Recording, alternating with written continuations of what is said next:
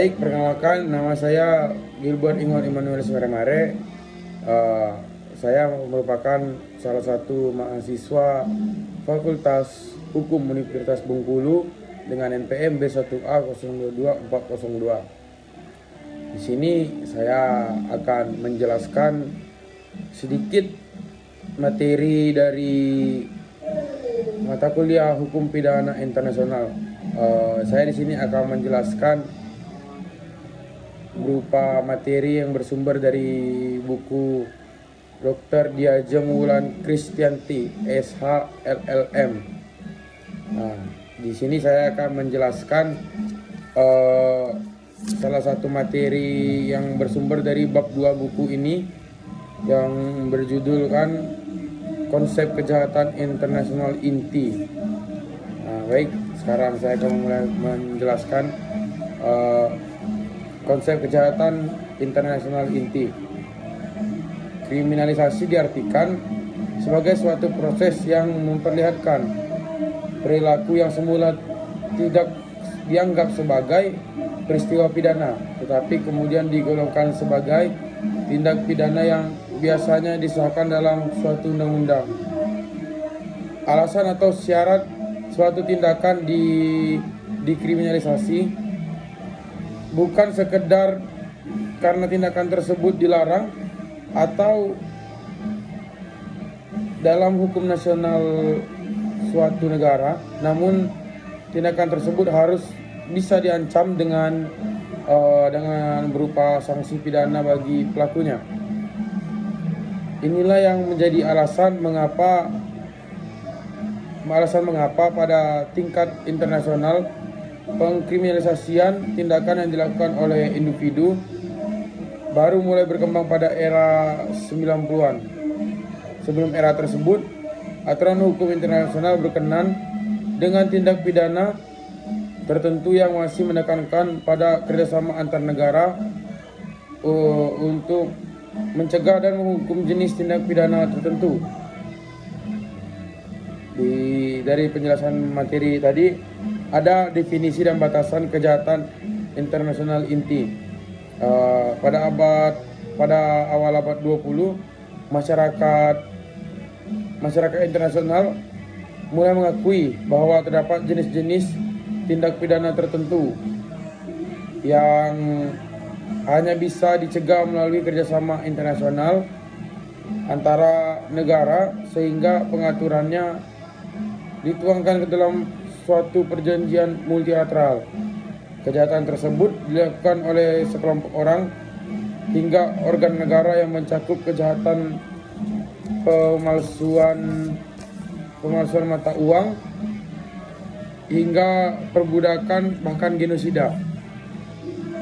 Misalnya Konvensi menentang perbudakan tahun 1926, Konvensi penekanan pemalsuan mata uang tahun 1929, Konvensi menentang genosida tahun 1948, Konvensi Jenewa tentang perlindungan tentara pada konflik bersenjata di darat, laut, dan perlindungan penduduk sipil tahun 1949, Konvensi menentang penyiksaan CAT tahun 1984, Konvensi larangan perdagangan narkotika tahun 1988, serta Konvensi kejahatan transnasional yang terorganisir tahun 2000. Kejahatan-kejahatan tersebut diistilah sebagai treaty-based crime, perjanjian internasional yang mengkriminalisasi kejahatan tertentu tersebut mewajibkan negara pihak untuk, yang pertama, membuat peraturan perundang-undangan yang mengkriminalisir tindakan tersebut, dan yang kedua, untuk mencari, menghukum, atau mengtradisi pelaku. Dengan demikian, peran hukum internasional berkaitan dengan kejahatan-kejahatan tersebut adalah sebagai alat untuk mengkoordinasikan pelaksanaan jurisdiksi pidana dari negara-negara dan mendorong kerjasama antar negara. Nah, kemudian mekanisme yang menguntungkan sepenuhnya pada kerjasama antar negara tersebut kemudian dikenal dengan mekanisme tradisional. Latar belakang lahirnya mekanisme tradisional ini dikarenakan tempat kejahatan yang melanggar hukum suatu negara dan bersifat privat, namun berdimensi internasional, di mana negara-negara memiliki keinginan yang sama untuk membasmi kejahatan ini dengan bantuan kerjasama dengan negara lain. Mekanisme ini dinilai tidak berhasil dan tidak berjalan sesuai dengan yang diharapkan ketika dihadapkan pada jenis kejahatan berdimensi internasional. Jenis kejahatan berdimensi internasional tertentu, di mana negara kerap kali enggan untuk menegakkan hukum nasionalnya. Hal ini dikarenakan jenis kejahatan tersebut biasanya berkaitan dengan state criminality, di mana pelaku kejahatan tersebut kerap kali melibatkan organ negara langsung maupun secara tidak langsung. Kejahatan yang melibatkan negara, state criminality, kerap memiliki alasan untuk menghindar dari kewajiban negara untuk menuntut pelaku. Larangan melakukan intervensi terhadap urusan dalam negeri dan negara lain, pemberlakuan amnesti, kekebalan bagi pejabat negara, hingga tidak memadainya hukum nasional untuk mengadili pelaku seringkali dijadikan alasan negara untuk tidak memenuhi kewajiban menuntut pelaku kejahatan yang melibatkan negara. Akibatnya, kejahatan luar biasa tersebut dibiarkan tidak terhukum dan menciptakan iklim impunitas yang mendorong masyarakat internasional untuk membuat sebuah pengadilan pidana internasional agar dapat langsung mengadili pelaku tersebut. Hal inilah yang menjadi alasan lahirnya pengadilan-pengadilan pidana internasional. Seperti yang telah diuraikan dalam bab-bab sebelumnya atau dari penjelasan sebelumnya, Mahkamah Nuremberg hingga ICC dapat dimaknai sebagai wujud respon masyarakat internasional atas terjadinya kejahatan-kejahatan luar biasa yang melibatkan negara dan keinginan menghapus impunitas. Hal ini dapat dilihat dari jenis kejahatan yang menjadi jurisdiksi pengadilan-pengadilan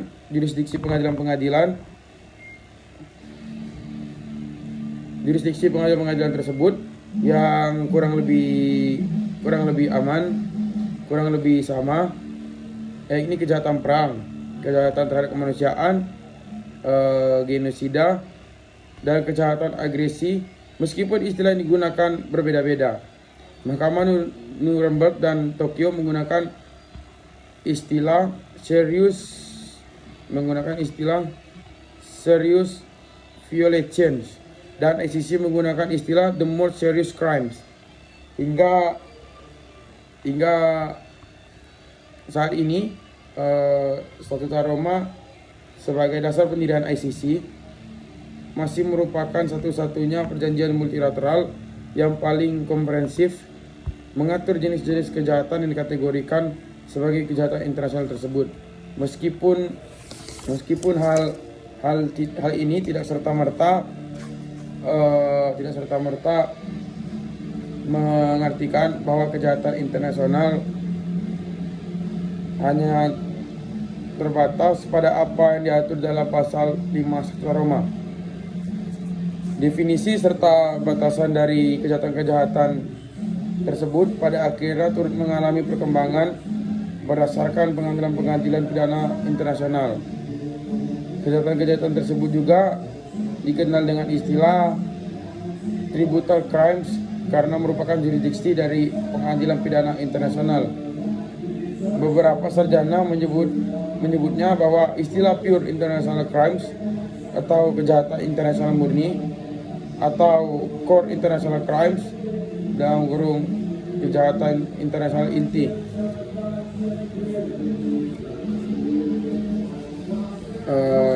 Kemudian Alasannya, istilah pure mencerminkan kanker, mencerminkan karakter dan unsur-unsur kejahatan tersebut yang murni lahir dari hukum internasional, termasuk institusi penegakannya yang lebih condong pada mekanisme internasional. Dengan kata lain, keseluruhan pengadilan pidana internasional, termasuk pengadilan campuran, mengkhususkan pelaksanaan jurisdiksinya hanya kepada individu yang melakukan tindak pidana yang sifatnya murni internasional. Istilah kejahatan internasional yang murni atau kejahatan internasional ini di atas memperlihatkan adanya tingkatan sub-kelas dalam kejahatan internasional. Meskipun hal ini tidak serta-merta mengartikan bahwa kejahatan internasional lain bukan merupakan kejahatan internasional murni. Kejahatan internasional yang murni jika dibandingkan dengan kejahatan yang berdimensi tradisional lain serta fundamental dianggap paling memenuhi karakter internasional, dalam artiannya sesungguhnya tidak layak dikriminalisasikan secara internasional atau international crimes proper.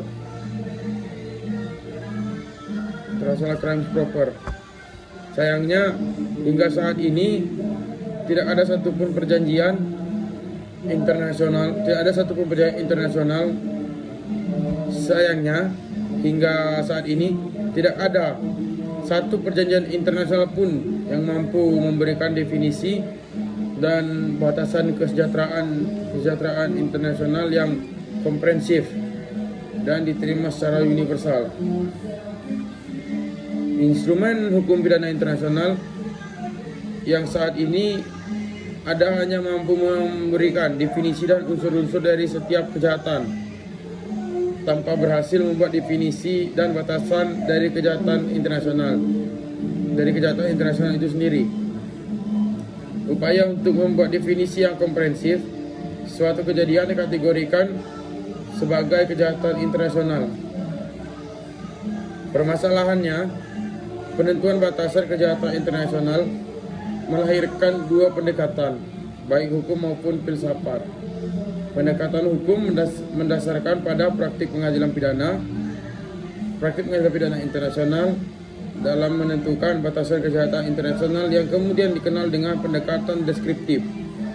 Sementara pendekatan filosofis lebih menekankan pada unsur kekayaan, proper, dan keharusan secara moral.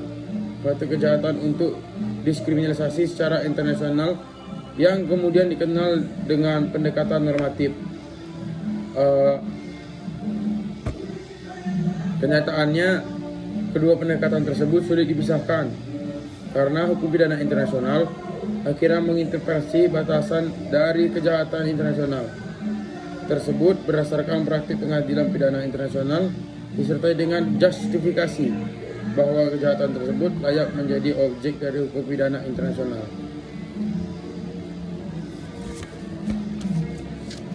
Kemudian ada syarat keterlibatan negara. Syarat keterlibatan negara ini bukunya International Criminal Law yang menyatakan bahwa kejahatan internasional lahir dari terpenuhinya 4 unsur.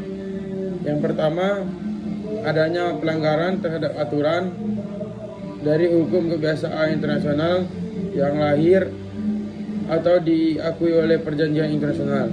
Yang kedua, aturan tersebut bertujuan untuk melindungi nilai yang penting bagi masyarakat internasional secara keseluruhan sehingga berakibat mengikat semua negara termasuk individu yang ada di dalamnya.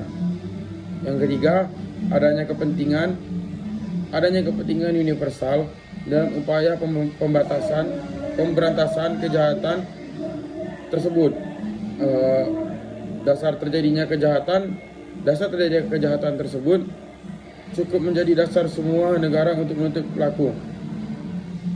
Yang keempat, tidak ada imunitas fungsional yang dinikmati pelaku yang merupakan agen negara, baik de jure maupun de facto. dari jurisdiksi pidana negara asing.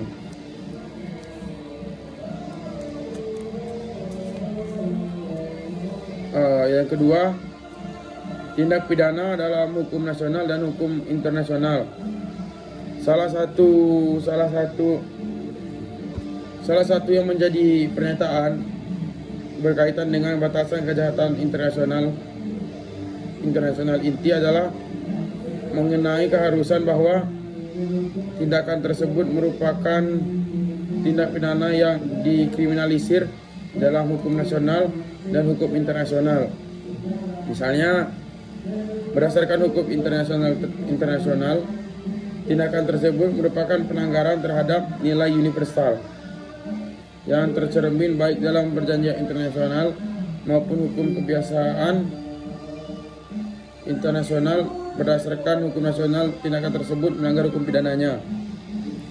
Namun demikian, praktik pengadilan pidana internasional memperlihatkan beberapa kejahatan internasional. Memperlihatkan beberapa kejahatan internasional inti yang ternyata tidak dikriminalisasi oleh hukum nasional. Misalnya larangan penggunaan jenis senjata tertentu dalam sengketa bersenjata internasional atau larangan menyerang penduduk sipil secara membabi buta. Selain itu, kejahatan-kejahatan terhadap kemanusiaan adalah kejahatan yang sejak awal tidak pernah dikriminalisir oleh hukum nasional.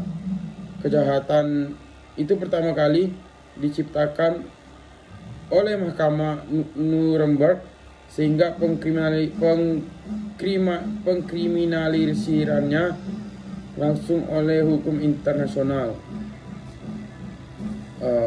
Kemudian unsur internasional dari kejahatan internasional inti. Standar suatu kejahatan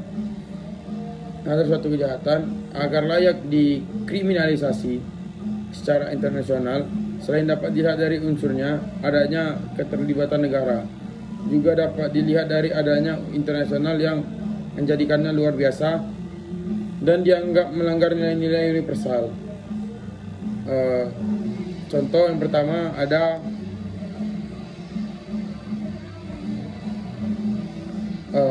beberapa contoh, yakni kejahatan perang, kejahatan terhadap kemanusiaan, genosida, serta kejahatan agresi. Nah, yang pertama itu ada kejahatan perang. Perang itu merupakan kekerasan bersenjata antara dua negara atau lebih, yang juga dikenal dengan istilah konflik bersenjata internasional. Hukum nasional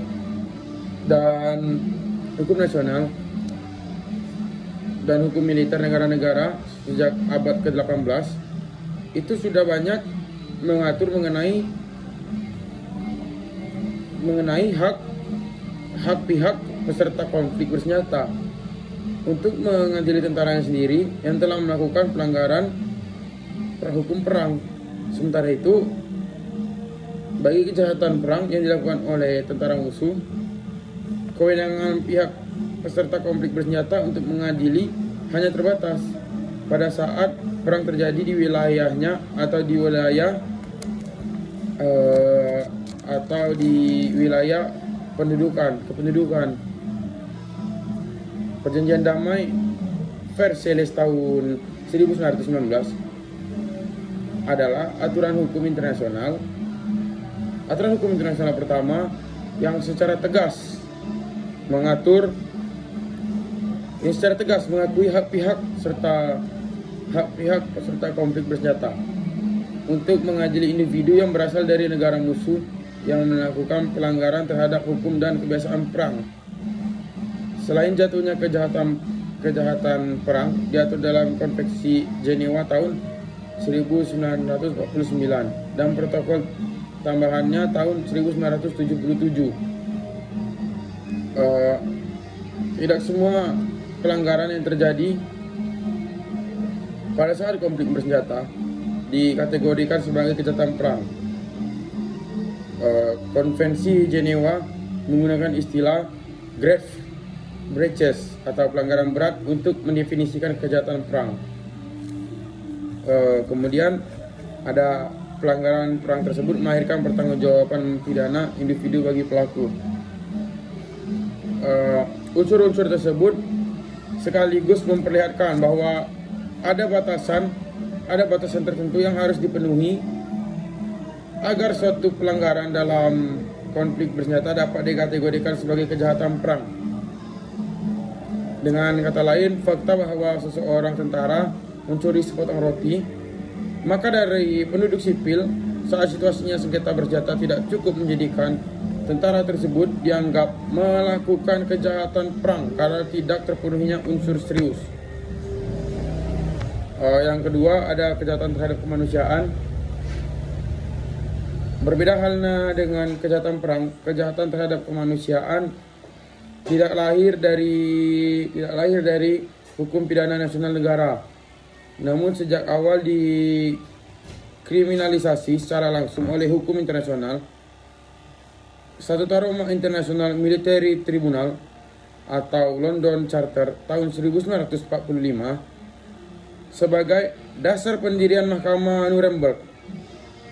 Selanjutnya di Nuremberg Charter 1945 merupakan instrumen hukum tertulis pertama di dunia yang mengkriminalisir kejahatan ini. Namun jika menilik jauh ke belakang, sejarah memperlihatkan bahwa istilah kejahatan terhadap kemanusiaan sudah lahir sejak deklarasi bersama antara pemerintah Prancis, Inggris, dan Rusia pada tanggal 28 Mei 1915 yang mengutuk pembunuhan massal orang-orang Turki keturunan Amerika di Turki. Yang ketiga itu ada genosida. Larangan genosida pertama kali diatur secara khusus dalam Konvensi Genosida tahun 1948. Pasal 1 dari Konvensi tentang pencegahan dan penghukuman kejahatan genosida tersebut berbunyi, genosida adalah sebuah kejahatan yang menyangkal keberadaan sekelompok manusia karena alasan ras, etnis, agama, atau bangsa. Unsur internasional dari kejahatan ini adalah niat khusus pelaku untuk menghancurkan 4 kelompok sasaran yang dilindungi, yakni bangsa, etnis, ras, dan agama, seperti yang diatur dalam pasal 2 Konvensi Genosida tahun 1948. Konvensi Genosida berkembang menjadi konvensi yang diratifikasi oleh banyak negara. Sifat kekejaman genosida menjadikan pertanggungjawaban pidananya tidak hanya dibebankan secara pidana kepada individu, namun juga kepada negara, karena dikategorikan sebagai very serious international wrongful act of state. Putusan ICJ dalam kasus Bosnia Serbia tahun 2007 menyatakan bahwa pasal 1 dari Konvensi Genosida tidak hanya mewajibkan negara untuk mencegah dan menghukum genosida.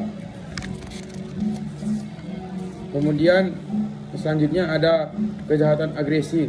Kejahatan agresi pertama kali dikriminalisasi sebagai kejahatan internasional yang dilakukan oleh individu dalam Nuremberg Charter 1945 pasal 6A Nuremberg Charter.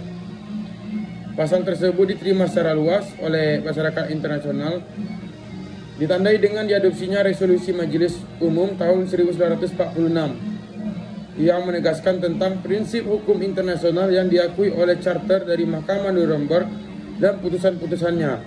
Namun hingga saat itu belum ada yang mampu mendefinisikan tindakan agresi tersebut sampai Majelis Umum PBB berhasil mengadopsi resolusinya.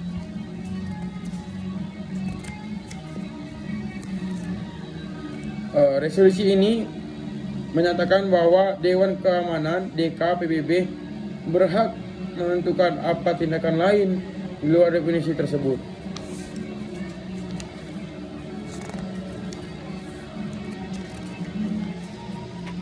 Kemudian ada kejahatan internasional lain. Yang pertama ada penyiksaan, torture.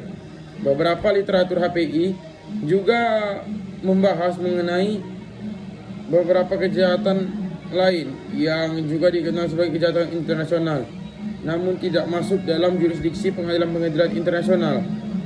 Misalnya penyiksaan, definisi penyiksaan diatur dalam pasal 1 Konvensi Anti Penyiksaan tahun 1984.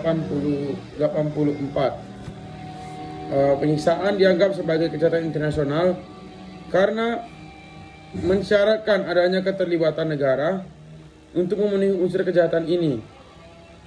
Praktik pengadilan nasional juga memperlihatkan bahwa jenis kejahatan ini berlaku jurisdiksi universal. Namun peraturan di muka pengadilan internasional bagi pelaku penyiksaan sebagai sebuah kejahatan tersendiri masih dianggap terlalu berlebihan sehingga tidak ditemukan praktiknya dalam pengadilan-pengadilan pidana internasional, terkecuali jika penyiksaan tersebut sebagai bagian dari kejahatan terhadap kemanusiaan. Yang kedua ada terorisme. Meluasnya tindakan terorisme yang terjadi di dunia disertai dengan dampaknya yang luar biasa terhadap umat manusia mendesak masyarakat internasional untuk merumuskan definisi yang komprehensif dari tindakan terorisme.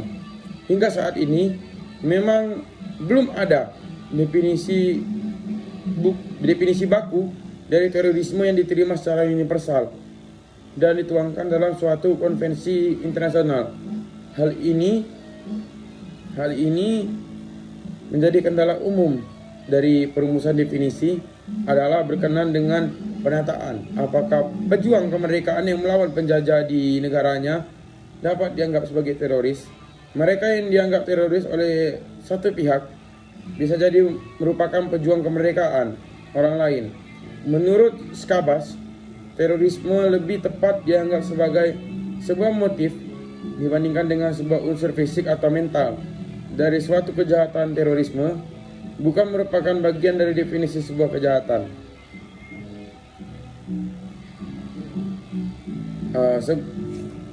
Sekalipun belum ada definisi universal untuk tindakan terorisme, praktik hukum internasional memperlihatkan adanya kesamaan unsur tindakan terorisme yang diatur dalam beberapa konvensi dan praktik negaranya, yakni yang pertama, tindakannya merupakan tindak pidana dalam hukum nasionalnya. Yang kedua, memiliki karakter transnasional, yakni tindakan dan dampaknya tidak hanya melibatkan satu negara. Yang ketiga, dilakukan dengan tujuan untuk memaksa negara atau organisasi internasional untuk melakukan atau tidak melakukan suatu hal. Yang keempat, dilakukan dengan cara menyebarkan teror kepada penduduk sipil atau menyerang institusi negara atau swasta atau program mereka. Yang selanjutnya, motivasinya adalah bukan untuk keuntungan pribadi, melainkan karena alasan ideologi atau aspirasi politik. Pengadilan Pidana Internasional ICC hadir untuk menuntut dan mengadili pelaku kejahatan internasional inti, yakni kejahatan perang, kejahatan agresi, genosida, serta kejahatan terhadap kemanusiaan. 4 jenis kejahatan tersebut, jika ditarik benang merahnya, memperlihatkan adanya standar kelayakan suatu tindakan yang dikriminalisasi oleh masyarakat internasional sebagai kejahatan internasional. Hal ini menjadikan 4 kejahatan tersebut sebagai kejahatan internasional yang sesungguhnya atau inti atau truly core international crimes. Kejahatan internasional inti ini kemudian diistilahkan sebagai kejahatan terhadap masyarakat internasional secara keseluruhan. Sekian penjelasan dari saya. Apabila ada penjelasan yang kurang lengkap atau ada salah kata, saya mohon maaf. Sekian, terima kasih.